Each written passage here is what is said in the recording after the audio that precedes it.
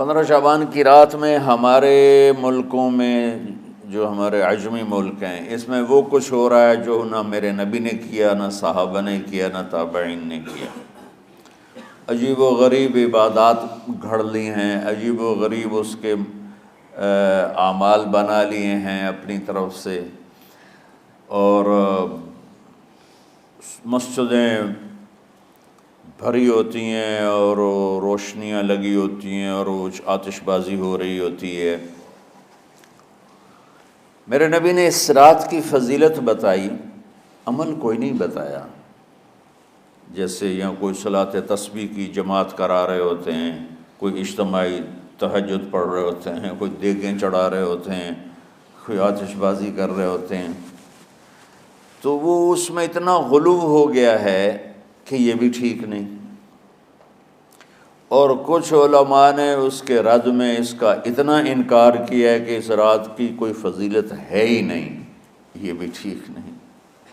اس بیچ کا راستہ، اس رات کی فضیلت میں جتنی احادیث ہیں وہ ضعیف ہیں، لیکن اتنی کثرت سے ہیں کہ ان سب کا مل کر جمع ہو کر کم از کم وہ حسن لغیر ہی تک تو پہنچ جاتی ہیں۔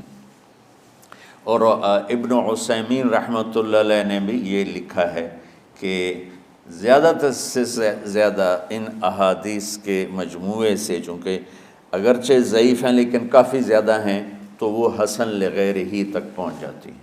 تو حسن لغیر ہی سے کوئی عمل ثابت نہیں ہوتا، عمل ثابت ہوتا ہے صحیح حدیث کے سے۔ ایک احادیث کی کثرت سے روایات، اور ایک امت کا عمل، کہ امت کا بہت بڑا طبقہ صدیوں سے اس رات کا اہتمام کر رہا ہے۔ لیکن کچھ عرصہ پہلے تک اہتمام تھا دن میں روزہ رکھنا، رات کو کوئی نوافل پڑھ لینا، کوئی 2 چا زیادہ پڑھ لینا، لیکن اب یہ ڈھول تماشے جو اب شروع ہوا ہے اس کا تو کوئی وجود ہی کوئی نہیں ہے۔ تو اس رات کو اللہ تعالیٰ نے مبارک بنایا، اور حدیث پاک میں آتا ہے کہ اللہ تعالیٰ اس رات میں ساری دنیا کے لوگوں کی بخشش فرماتا ہے سوائے 5 آدمیوں کے۔ 5 کے سوا سب اہل ایمان کی بخشش ہو جاتی۔ مشرک، المشرک، پہلا مشرک، دوسرا مشاحن، مشاحن کیسے کہتے ہیں؟ دل میں بغض رکھنے والا، کینہ رکھنے والا۔ تیسرا مسبل ازارہ، اپنے پاجامے شلوار چادر کو ٹخنوں سے نیچے تک لے جانے والا، لیکن ایک شرط کے ساتھ کہ وہ تکبر کی وجہ سے ہو، سستی کی وجہ سے ہے، غفلت کی وجہ سے ہے۔ چونکہ جب آپ نے ایک مرتبہ اس کے بارے میں بات کی تو حضرت ابوبکر صدیق نے کہا یا رسول اللہ، میری چادر، عرب چادر باندھتے تھے جیسے ہمارے پنجاب کا لباس چادر تھا، اب وہ کم ہو گئے، ہماری تو بزرگ عورتیں بھی اور مرد بھی سب چادر باندھتے تھے، شلوار کا تو کسی کو پتہ ہی نہیں ہوتا تھا ہمارے بچپن میں۔ یہ تو پھر آہستہ آہستہ جب تعلیم آئی تو شلوار دیہاتوں میں بھی اور شہروں میں عام ہو گئی۔ تو اگر وہ اس لیے لٹکا رہا ہے کہ طبیعت میں تکبر ہے، پھر اس وعید کا وہ حقدار ہے۔ اگر ویسے اس کی نیچے جا رہی ہے تو میرا مالک ایسا، وہ تو ہے ہی رحیم و کریم، ہے ہی رحیم و کریم، ہے ہی رحیم و کریم، صرف شلوار نیچے لٹکانے سے وہ اتنی شدید سزا دے۔ اگر اس کے پیچھے تکبر ہے، پھر ہے، یہ تکبر نہیں ہے تو انشاءاللہ وہ اس سے محفوظ ہوگا۔ تو اپنی چادر کو لٹکانے والا، لیکن بشرط تکبر۔ کتنے ہو گئے؟ عاق لوالدیہ، ماں باپ کا نافرمان، نافرمان ایسا کہ دکھ دینے والا. چھوٹی موٹی اونچ نیچ تو ہر بچے سے ہو جاتی ہے، نہیں، جن نے والدین کو ٹکڑے ٹکڑے کر دیا ہو اور ان کو دکھ دے دے دے دے کے ان کا سینہ چیر دیا ہو، چونکہ آپ کہتے ہیں پرزے پرزے کرنا کسی چیز کو، تو اپنے دکھ دے کر اپنی بدتمیزی کے ساتھ اس نے ماں باپ کا دل زخمی کر دیا ہو، ایک یہ نہیں معاف ہوتا. پانچواں، مدمن خمر، مسلسل شراب پینے والا، مستقل جو شراب کا عادی ہو. ان پانچ کو مؤخر کر دیا جاتا ہے. معافی نہیں ہونے کا مطلب یہ نہیں کہ اللہ تعالیٰ کبھی معاف نہیں کرے گا. معافی نہ ہونے کا مطلب یہ ہے کہ یہ پانچ ایسے گناہ ہیں کہ اس کی وجہ سے بخشش رک جاتی ہے. اگر وہ شرک سے نکل آئے، وہ کینہ سے نکل آئے، وہ تکبر سے نکل آئے، وہ والدین کی نافرمانی سے نکل آئے، شراب چھوڑ دے، تو ان کی بھی بخشش ہو جاتی. جب کوئی توبہ کرے گا فوراً بخشش ہو جائے گی. نہ 15 شعبان کی ضرورت ہے، نہ لیلۃ القدر کی ضرورت ہے، نہ بیت اللہ جانے کے ساتھ توبہ کی شرط ہے. جہاں بھی وہ بیٹھ کے توبہ کرے گا، جس لمحے میں کرے گا، اسی وقت اس کی توبہ قبول ہوگی اور اللہ اس کے پچھلے سارے گناہوں کو معاف فرما دے گا.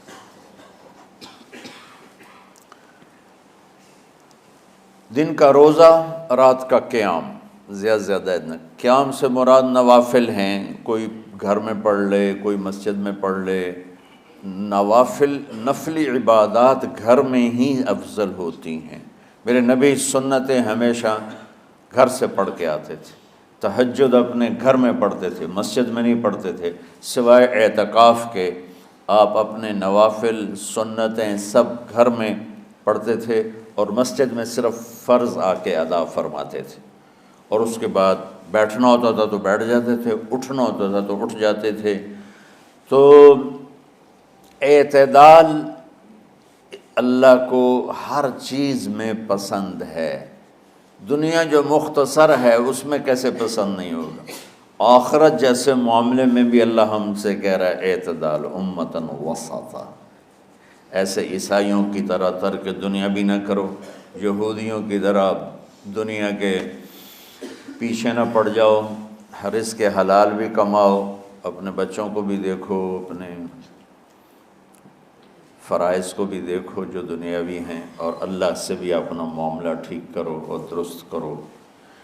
بعد کے زمانے میں صحابہ کے بعد سے ہی ایک انتہا پسندی امت میں آئی. ساری ساری رات جاگنا. فلاں بزرگ تھے، وہ رسے سے اپنے بالوں کو باندھ لیتے تھے کہ نماز پڑھتے پڑھتے جب نیند آئے اور جھٹکا لگے تو رسے سے بندھے ہوئے بالوں سے اس جھٹکے سے تکلیف ہو اور ان کی آنکھ کھل جائے اور پھر نفلوں میں شروع ہو جائے. ایک فلاں بزرگ تھے، وہ اپنے آنکھوں میں نمک کا سرما لگاتے تھے تاکہ آنکھیں جل جائیں، اس میں وہ جلن پیدا ہو جائے اور نیند اڑ جائے. یہ ایسے واقعات بھرے پڑے ہیں. فلاں بزرگ تھے، انہوں نے 30 سال عشاء کے وضو سے فجر کی نماز ادا کی. یہ اپنی جگہ پہ بزرگی ہے، لیکن یہ بھائیو یہ دین ہم پیش نہیں کر سکتے. فلاں بزرگ تھے، وہ 30 سال سے ستو کھا رہے تھے کہ روٹی کھانے اور ستو کھانے میں 70 دفعہ سبحان اللہ کا فرق پڑ جاتا ہے. تو روٹی کھائیں تو 70 دفعہ سبحان اللہ کم کہہ سکتے ہیں، اور ستو کھائیں تو 70 دفعہ سبحان اللہ زیادہ کہہ سکتے ہیں. تو لہٰذا ان کا مجھے تو 30 سال ہو گئے، میں تو ستو کھا رہا ہوں، میں تو روٹی نہیں کھا رہا. یہ دین نہیں ہے.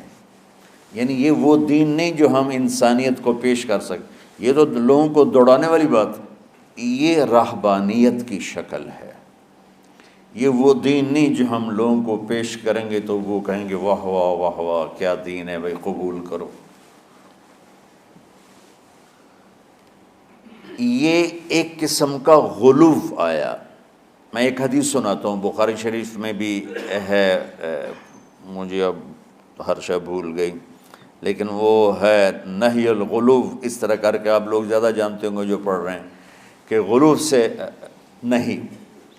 حدیث آپ کو سب کو یاد ہوگی کہ 3 صحابہ آئے اللہ کے نبی کے گھر اور پوچھا کہ اللہ کے نبی رات کیسے گزارتے ہیں؟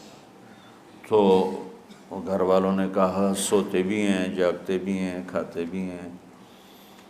تو وہ تینوں آپس میں کہنے لگے وہ تو نبی ہیں، سوئیں بھی تو کوئی بات نہیں، اور شادی ہے کوئی بات نہیں، ہم تو نبی نہیں، ہمیں تو کچھ کرنا چاہیے۔ ایک نے کہا کہ میں ساری زندگی روزہ نہیں چھوڑوں گا، ایک نے کہا کہ میں ساری زندگی سوؤں گا نہیں، ایک نے کہا میں ساری زندگی شادی نہیں کروں گا۔ تو دیکھنے میں تو واہ واہ کیا بڑی بزرگی ہے بھائی، بڑے بزرگ ہیں۔ ہمارے نبی کو پتہ چلا آپ نے تینوں کو بلا لیا، کہا تم مجھ سے زیادہ اللہ سے ڈرنے والے ہو، میں تم سے انا اتقاکم یا اخشاکم، الفاظ آپ لوگ کو زیادہ یاد ہوں گے لیکن مفہوم میں صحیح پیش کر رہا ہوں۔ آپ نے کہا میں تم سے زیادہ اللہ کو جانتا ہوں، تم سے زیادہ اللہ سے ڈرتا ہوں، میں سوتا بھی ہوں، میں کھاتا بھی ہوں، میں روزے بھی رکھتا ہوں، میں چھوڑ بھی دیتا ہوں، میری بیویاں بھی ہیں، میں اپنی بیویوں کے پاس بھی جاتا ہوں۔ تم دین میں غلو سے بچو، پہلے امتوں کو ہلاک کر دیا دین میں غلو۔ دنیا میں غلو یعنی انتہا پسندی، ایکسٹریمسٹ ہونا، دنیا ہو یا دین ہو، دونوں میں اعتدال بچو، اللہ تعالیٰ کو پسند ہے۔